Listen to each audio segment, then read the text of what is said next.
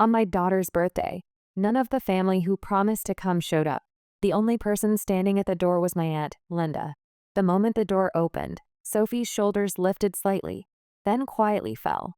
The sound she was expecting, car doors closing, overlapping footsteps, were nowhere to be heard. Linda smiled awkwardly and held out a present with both hands. Happy birthday. Her voice was kind, but it couldn't fill the emptiness that lingered in the entryway. Sophie's gaze kept drifting past Linda's shoulder, to the parking space, beyond the gate, anywhere someone might still appear, running late. Before I could say anything, I felt something tighten in my chest. Just a few hours earlier, while tying the last balloon in the yard, I'd remembered something, a phrase I'd heard somewhere long ago.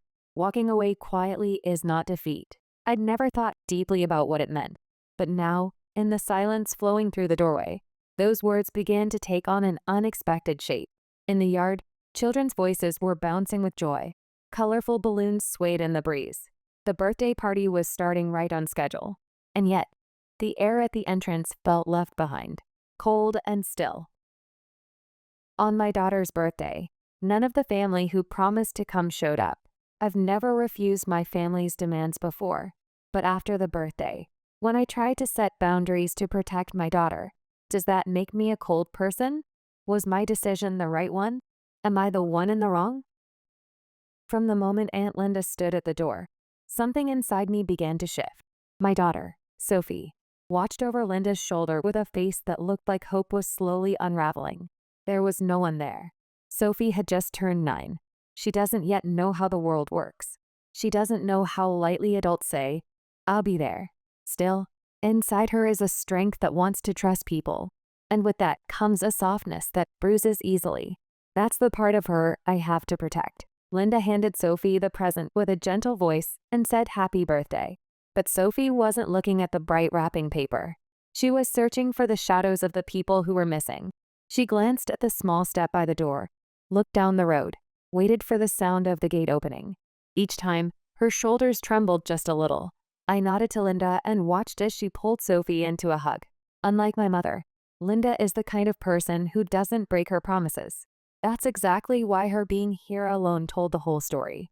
I checked my phone and saw the family group chat from a few days ago. I'll definitely be there for Sophie's birthday. So excited. My mother's message even had a heart emoji. I got a present ready. See you on the day. Ashley added a smiley face. Can't wait. What flavor is the cake? Even Brittany acted like she was really planning to come. What was all that? Were those words just to raise expectations? Or did they really mean to come? And we just weren't high enough on their list of priorities. In the yard, children's laughter filled the air. Balloons swaying in the wind added to the brightness. I'd done all the decorating myself. I'd prepared everything bit by bit over the past few days. Even though my credit card took a hit, I kept going because this was an important day for my daughter. When I looked around the yard, I thought it was enough. As long as my daughter was happy, that's all that mattered. But the moment I saw Sophie's lonely profile, the colors in the yard seemed to fade. The artificial cheerfulness and the real temperature felt worlds apart. Sophie came over to me and asked in a small voice, "Grandma's really coming, right?" I nodded, but my answer seemed to dissolve into the air.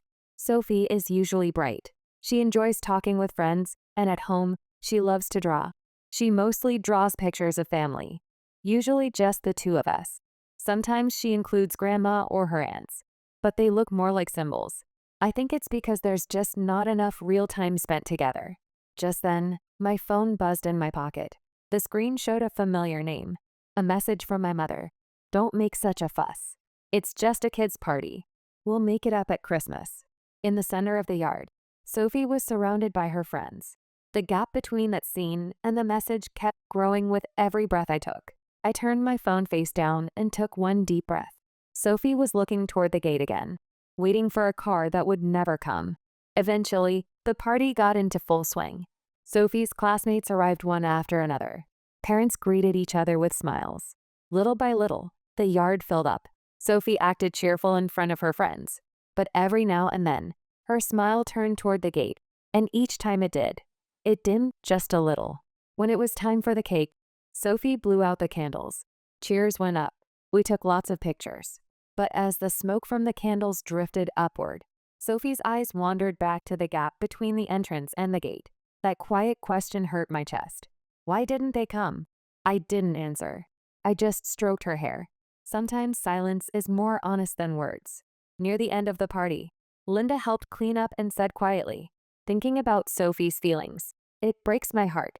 You're doing too much on your own." I nodded quietly while stacking plates.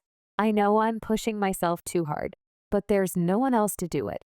After the children left and the yard grew quiet, exhaustion hit me all at once. The bright decorations took on a bit more shadow in the evening light. Sophie stared at the rainbow chalk she'd drawn in the yard and whispered, "I thought Grandma would come." Later that night, while washing dishes, my phone buzzed again. This message was even shorter. "Family emergency. I need $350. Please send it today." I stood frozen, still holding the plate. They didn't come to the birthday. They didn't imagine how disappointed Sophie was. And yet, the demands kept coming. That fact drew a cold line somewhere deep in my chest. I exhaled quietly. That line might eventually become a boundary. The shape wasn't clear yet, but something was definitely starting to change. I had a feeling that from this day forward, my world with Sophie would begin to reshape itself, piece by piece. The week after the birthday, I was in the kitchen making Sophie's lunch when my phone kept buzzing. As I cut the bread into triangles, I checked the screen. New notifications were piling up in the family group chat. My mother, Ashley, Brittany. When all three of them send messages in a row, it's usually about money or sudden demands. I set down the knife, took a deep breath, and opened the screen. Ashley's Sweet 16 venue is confirmed. The cost is $1,850 per person. Elena, you'll cover Grandma's share too, right? Since your income is stable. As I kept reading, an even more shocking image was attached. It looked like a hotel brochure. And there, listed as a platinum sponsor, was my photo. It was my work profile picture. Me in a black cardigan with a slight smile. I'd never posted it on social media. Someone had just taken it and pasted it there without asking. The day after blowing out the candles, Sophie slumped shoulders, her expression deflating at the entrance. I was the only one who knew that. And yet their messages didn't carry even a trace of that reality. As I packed the toast into a bag and cut an apple into small pieces, I didn't reply right away. Before anger, my mind raced. Why do they keep making demands like this? Why do they think it's normal to count on my income? To them, my silence was just another resource to be consumed at will. To them, I might be nothing more than a label, someone whose only role is to pay. No emotions, no life, just the payer. Sophie came out of her room, dragging her fluffy socks, and sat down in a chair. "Today's sandwich is heart-shaped. Yeah, I thought you'd like it." Sophie smiled, but there was still a trace of yesterday in the corners of that smile. I remember the words she whispered at the entrance after her friends had left. "I thought Grandma would come." It wasn't just disappointment. It held a child's quiet fear that maybe she wasn't important enough. I closed the lunchbox lid. Something precious was being eroded, little by little, without me even noticing. Another notification came in on the family chat. "Elena, the venue deposit is due, so handle it today. You're the sponsor, so obviously it's your responsibility. You work in accounting, right? This kind of thing is easy for you." The moment I read the second message, something went cold inside my chest. Because I'm good at it. Because I have income. Because I'm the older sister. Because Mom relies on me. Because we're family. When I lined up all those words, there was nothing left of my own will. To them, I was just a convenient tool. After dropping Sophie off at school, I got in the car and let out a big breath. Through the windshield, the sky was hazy. Raindrops fell here and there. The sound was quiet and surprisingly gentle. When I got home, a few paper plates from yesterday were still on the kitchen table. A bit of Sophie's rainbow chalk dust had spilled by the entrance. Its faint color spread across the floor. Looking at it, I thought to myself, I don't want to dim Sophie's smile any more than this. It's not that family didn't show up. It's the cruelty of building up hope only to be hurt. My phone screen lit up again. By the way, about the sponsor thing, the hotel sent a confirmation. Platinum's fine, right? You're the only option anyway. When I read that sentence, I thought anger would come immediately, but it didn't. Instead, It felt like an invisible thread had silently snapped in midair. I opened my laptop and checked my bank account. The numbers didn't change. The small savings I'd been building up for Sophie's orthodontic work, using that was out of the question. Living expenses, emergency repairs. Everything was a balancing act. There wasn't a single dollar left for family events. Just then, apart from the notifications, a social media icon blinked. Ashley had posted a new photo. It showed her with my mother and Brittany, smiling and holding mimosas. The caption said, "Family comes first." When I overlaid that with yesterday's events, the words felt unbearably hollow. I slowly turned my phone face down. I exhaled deeply, loosely. I didn't feel like shouting.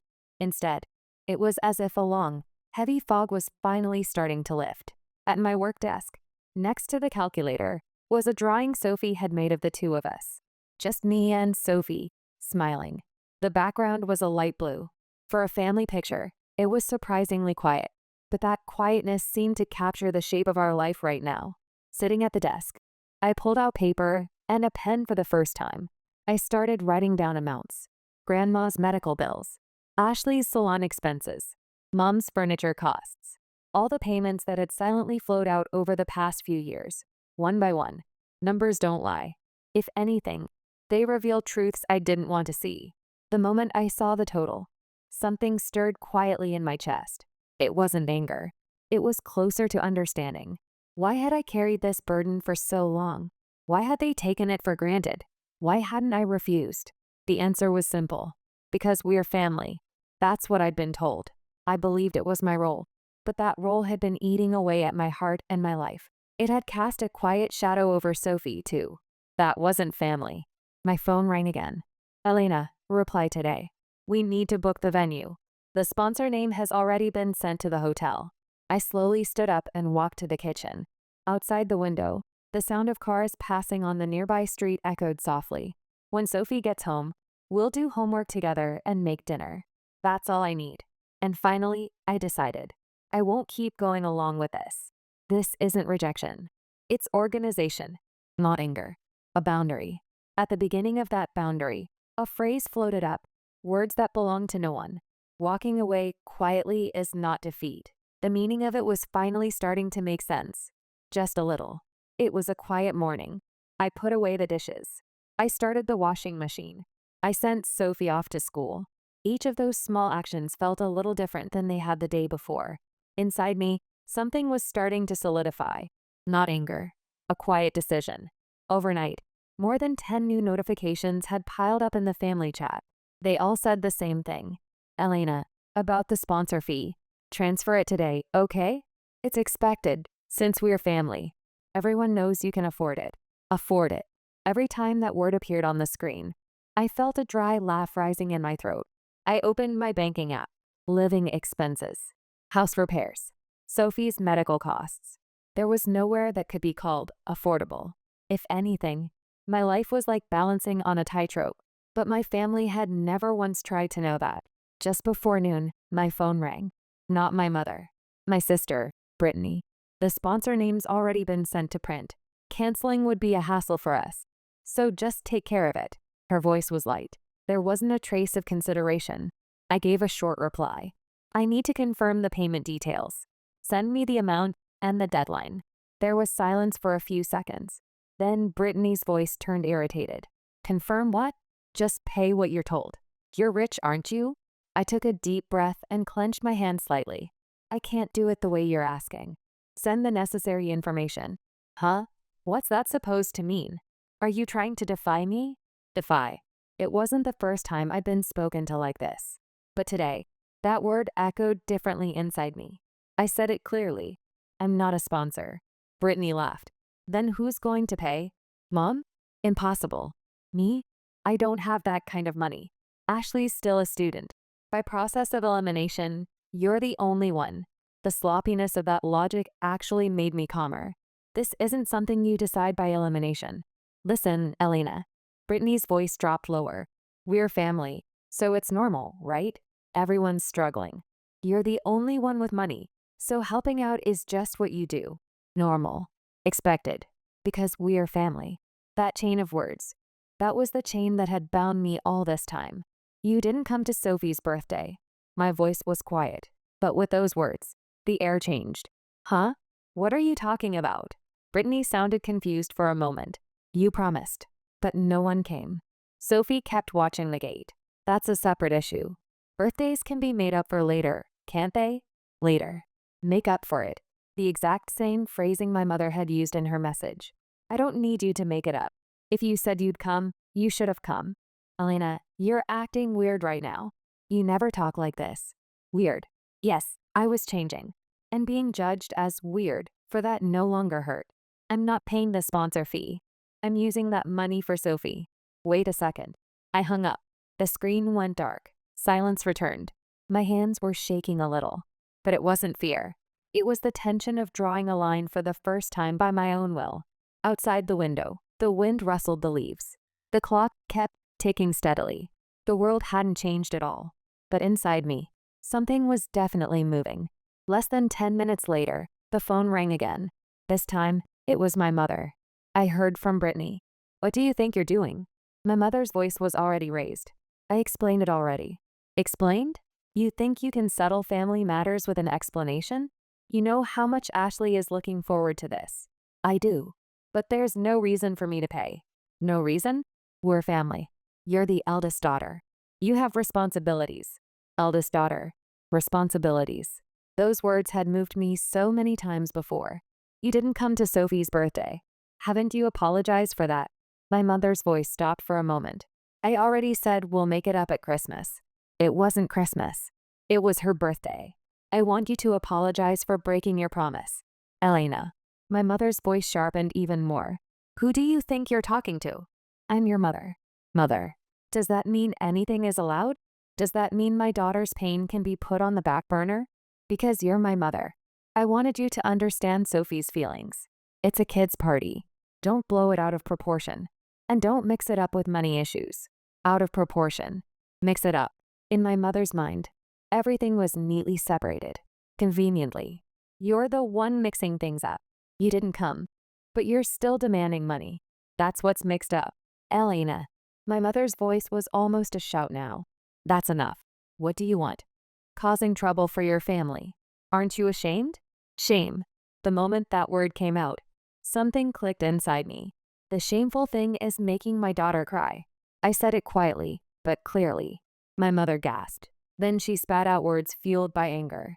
You're going to regret this. Turning your family against you. Who do you think will help you then?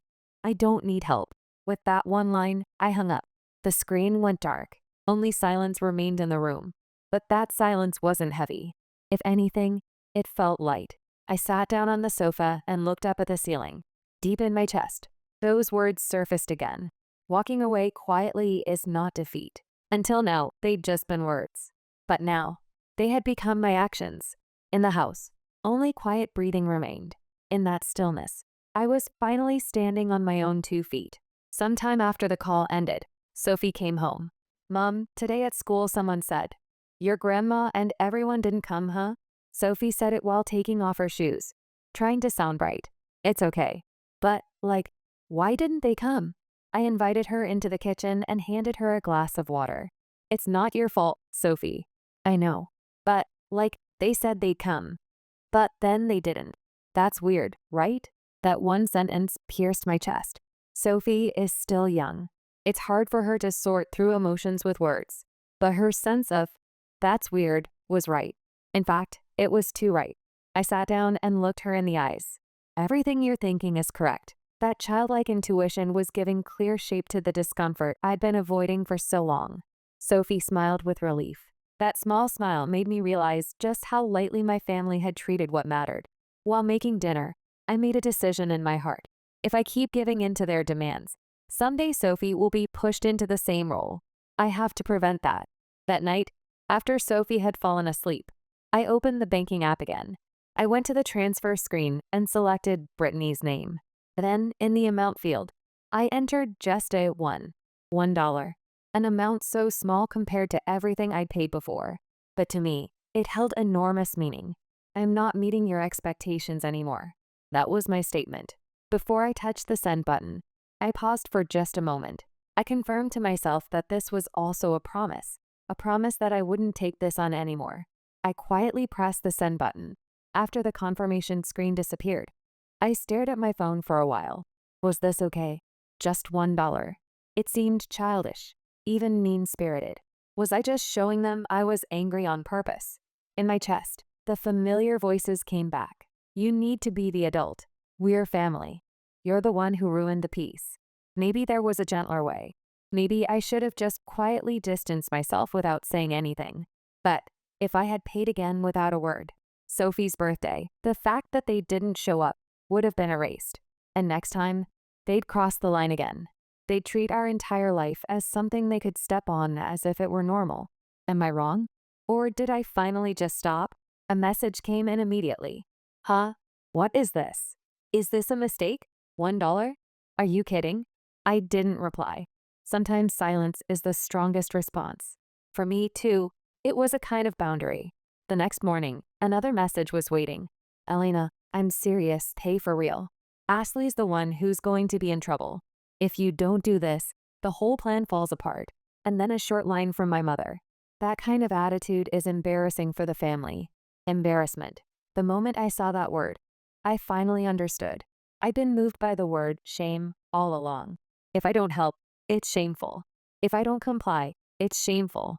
If I don't endure, it's shameful. But making Sophie cry, that's far more shameful. I turned my phone face down and took a deep breath. Stillness spread inside me. There's no need to fight. No need to curse back or shout. I just need to hold the boundary. Walking away quietly is not defeat. Those words were no longer just a memory. They had become the path I would walk from now on. A white locksmith van pulled up in front of the house in the early afternoon.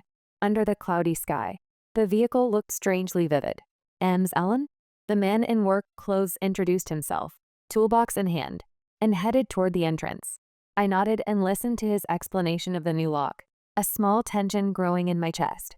The old keys won't work anymore, including any spare keys. It was just a matter-of-fact explanation, but to me, it meant something else.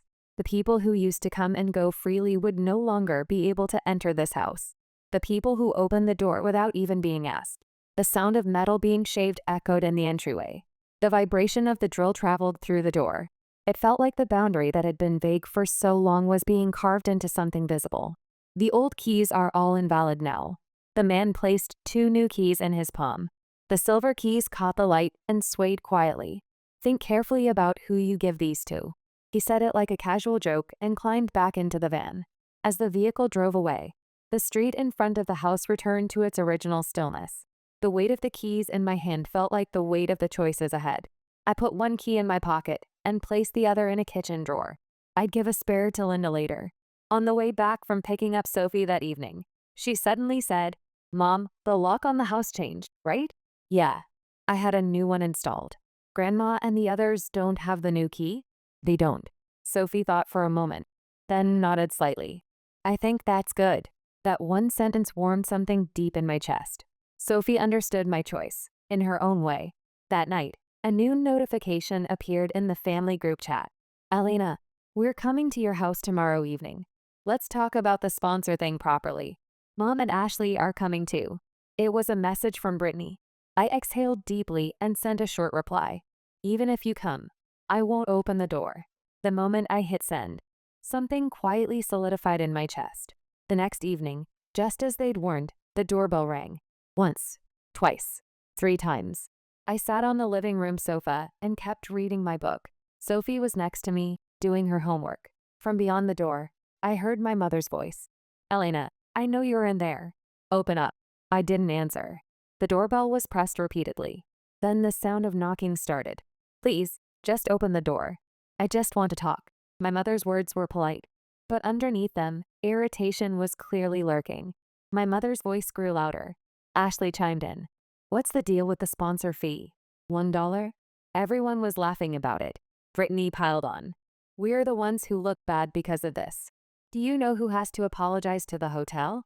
Outside the door, the 3 of them took turns layering their words. The pressure was strong, but nowhere in those words did our life exist. I took a deep breath. "Don't raise your voice when Sophie's awake." I said it quietly, but to them it must have sounded like provocation. The knocking grew louder. "Open the door, Elena. Let's talk." My mother's voice sharpened further. "We're family. I won't let you run away." Run away.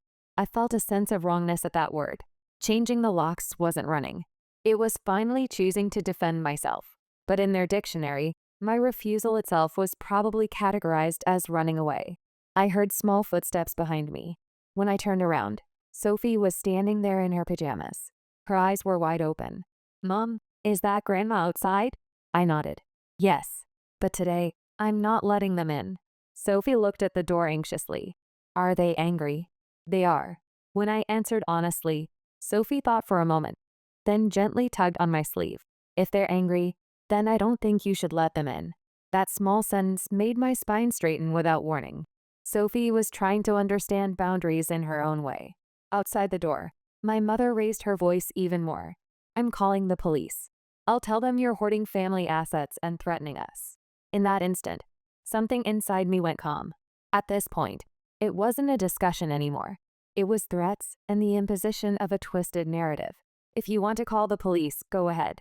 I said it quietly. "I'll tell them everything." My mother's voice cut off for just a moment. After that, the knocking didn't stop, but there seemed to be a hint of hesitation mixed in. About 10 minutes later, a blue light lit up the window, the lights of a police car. Soon the doorbell rang again, and this time a calm male voice was heard. "Police. May I speak with you?" I told Sophie to wait in the living room, then unlatched the chain and opened the door just a crack. A uniformed officer stood there. Raindrops on the shoulders of his uniform caught the light from the entryway, softly outlining his calm expression. I recognized his face. He was a coach at Sophie's soccer club. You're Ms. Allen, right?" "Sophie's mom." The officer looked around carefully and spoke in a low voice. "I heard from your mother and the others outside. May I confirm the situation?" I nodded and invited him into the entryway. My mother and the others watched from outside, their gazes still hard. "First, I'll listen to your side inside." The officer said this, then closed the door and locked it. With that one motion, the worlds of inside and outside felt sharply divided. Sitting at the kitchen table, I opened my phone and laptop. Transfer records, messages, screenshots of my family's demands, a spreadsheet summarizing years of financial flow. Everything I'd quietly accumulated was now being seen by someone else for the first time. The officer looked through each item, nodding briefly now and then. "You've been shouldering a one-sided burden for quite a long time." There was no accusation in his voice, just a calm observation of the situation. "This $1 transfer," he pointed at the screen. "This is what you sent in response to the amount they demanded as a sponsor fee, correct?" "Yes." I nodded. "I can't pay any more than that. And I won't." That was my statement. "Were there any threatening messages from you?" "None. I only stated that I was drawing a boundary." I showed him the exchanges from the past few days. The officer reviewed them and let out a deep breath. "I understand." He stood up, and before heading to the door, he turned around just once. "You're not running away." Those brief words made something deep in my chest tremble. As I watched his back disappear through the door, I thought to myself, this might be the first time a third party had said that to me. Outside, the officer exchanged a few words with my mother and the others. Through the window, his expression remained calm. Gradually, the intensity in their movements faded. Ashley looked away. Brittany crossed her arms and stared at the ground. Finally, my mother pointed at me and said something, but the officer shook his head briefly. Eventually, all three of them turned their backs. The sound of car doors closing, the sound of an engine starting. Headlights cut through the darkness, then disappeared down the street. What left wasn't just them. The spell that had taken root inside me for so long, I must obey, was also quietly fading into the distance. All that remained outside the entrance was damp air and the scent of the future we had chosen for ourselves. I turned the lock twice, quietly. That sound was clearer than any lock I'd ever heard before. When I returned to the living room, Sophie was sitting on the edge of the sofa with her knees pulled up. She looked up at me with wide eyes. "Did they leave?" "They left." I sat down next to her and gently put my arm around her shoulder. After a pause, Sophie said quietly, "Do you think they're angry because I'm not important?" Those words weighed more than any of the shouting I'd heard at the door. "That's not true." I shook my head immediately. "I didn't open that door precisely because you're important. Sophie kept her eyes on the floor and continued in a small voice. They didn't come to my birthday, but today they tried so hard to get in. Was it because of money? I hesitated with my answer, but I didn't want to lie. Yeah, money was probably part of it. Sophie stayed quiet for a while, then lifted her face. Mom, you were trying to protect me, right? Yes. So I am important, right? You're the most important. In that moment, what had been building up in Sophie's eyes quietly spilled over. She didn't sob out loud, just tears trailing down her cheeks. They were tears of understanding, too heavy for a 9-year-old. I held her close. As I slowly stroked her back, I felt warmth rising in my own throat, but I didn't cry. I felt like if I cried, the boundary would blur. I took Sophie back to the bedroom and tucked her into bed. As I pulled the blanket over her, she said quietly, "It was kind of cool how you didn't open the door, Mom." I felt a laugh bubble up unexpectedly. It was a laugh mixed with tears. Cool? Yeah. Like, you're really being Mom. Her words were so direct that I lost mine. Sophie closed her eyes, and soon her breathing became peaceful. Before leaving the room, I looked back just once, her small body wrapped in the blanket. Looking at her, I quietly repeated in my heart, walking away quietly is not defeat. It was no longer someone else's words. It had been carved into my chest as my own choice. When I returned to the living room, my phone on the table lit up again. A message from my mother appeared. Abandoning your family like this, you'll regret it someday. Family is the most important thing. I read the sentence and tilted my head slightly. Family is the most important thing. That's true, but only if Sophie and I are included in that. I didn't type or reply. I opened the message and simply selected delete. The words disappeared from the screen. That small action lightened my heart more than I expected. Outside the window, everything had fallen silent.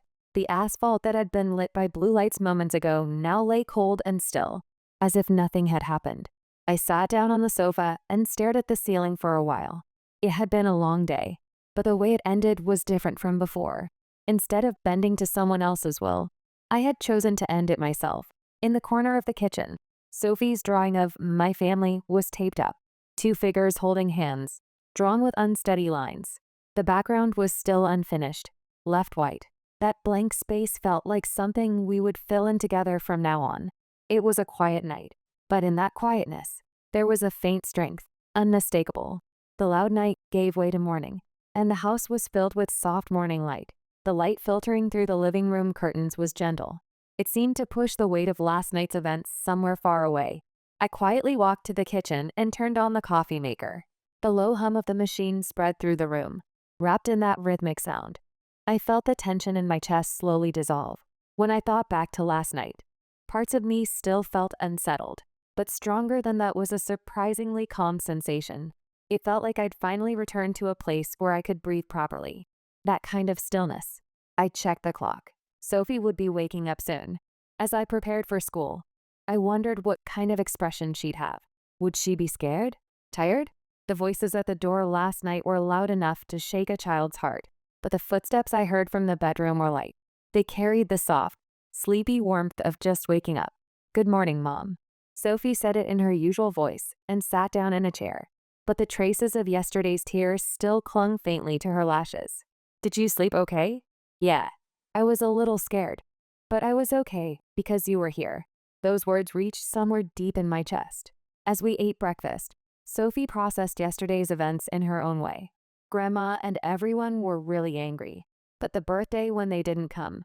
I remember yesterday, when you protected me, way more clearly. There was no hesitation in Sophie's voice.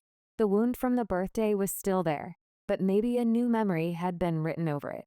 "Sophie, I'm sorry you had to go through something scary yesterday." I was scared, but I also felt really safe. I set down my spoon and gently touched Sophie's hand. "Thank you." Sophie's eyes widened. "Why are you saying thank you, Mom?" "Because you understood how I was feeling." Sophie smiled shyly. "That's because you understand how I feel." The quiet laughter we shared in that moment had more value than any luxury. After sending her off to school, I came back home. The commotion at the door last night felt like a lie now. The new lock gleamed in the sunlight. I touched the keyhole and thought to myself, this isn't just metal. It's a wall that protects Sophie's and my life. A symbol of choice. On my phone screen, there was a flood of unread messages. The family group, individual chats from Ashley, long messages from my mother. The notification numbers kept growing meaninglessly. I didn't open a single one. I quietly dismissed every notification. That wasn't running away. It was simply choosing to keep only the sounds I needed in my life. Around midday, the area in front of the house stirred quietly. The familiar officer from last night got out of his patrol car and walked toward me. When I opened the door, he lightly tipped his hat. Last night must have been exhausting. It was. Thank you for your help. No need to thank me. I just listened. He glanced up at the sky for a moment, then continued. When it comes to family, a lot of people blame themselves. They make the decision to distance themselves and think they're bad people. But you're not in the wrong. In fact, you did the right thing for your daughter. Something in my chest suddenly grew warm. I hadn't been looking for someone's approval, but a third party's words lightened my heart more than I expected. If anything happens, contact us right away. He said it briefly, then left. I watched his back until he turned the corner, then quietly closed and locked the door. That afternoon, I left the house to pick up Sophie from school. In front of the school, Sophie was laughing and talking with her friends. She didn't look like she was carrying yesterday's events on her shoulders, but that didn't mean she hadn't noticed. Sometimes children are sharper than adults. On the way home, Sophie suddenly spoke. Mom, sometimes you're quiet, but you're strong. I was caught off guard and laughed. Quiet is my only strong point, though. No, that's not true. You're strong because even though you're quiet, you still make choices. Her words made my steps feel lighter. That evening, while we were organizing the closet together, an old notebook came out of a box in the back. It seemed to have been left by my grandmother. On the yellowed paper, a short passage was written.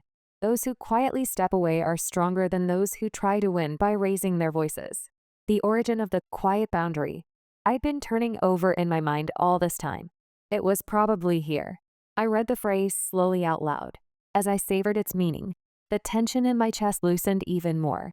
Sophie said, "That sounds like you, Mom." I didn't deny it. Maybe now I'm using strength in a different way than before. While making dinner, I reflected on the day. My mother's voice, the words of blame, the commotion at the door. All of it seemed to flow quietly into the distance. The future is still a blank page, but because it's blank, there are things I can draw.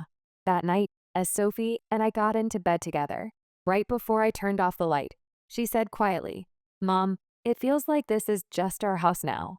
Just the two of us." Why do you think that? Because between yesterday and today, something in the air changed. I stared at the ceiling as I answered, "Yeah, I think it'll probably change even more from now on." Sophie smiled with her eyes closed. I didn't say those words out loud anymore. Instead, I quietly reshaped them in my heart. Walking away is a step toward becoming stronger. Walking away doesn't mean cutting someone off. It just means Sophie and I have chosen the path we'll walk. In the house, only quiet breathing remained. And in that stillness, I had finally decided for myself where to draw the boundary. I chose to set boundaries with my family to protect my daughter. They didn't come to her birthday, but they still kept demanding money. I stopped that relationship. Does that make me a cold person? Or did I finally just become someone who protects? Am I the one in the wrong? If it were you, how would you judge?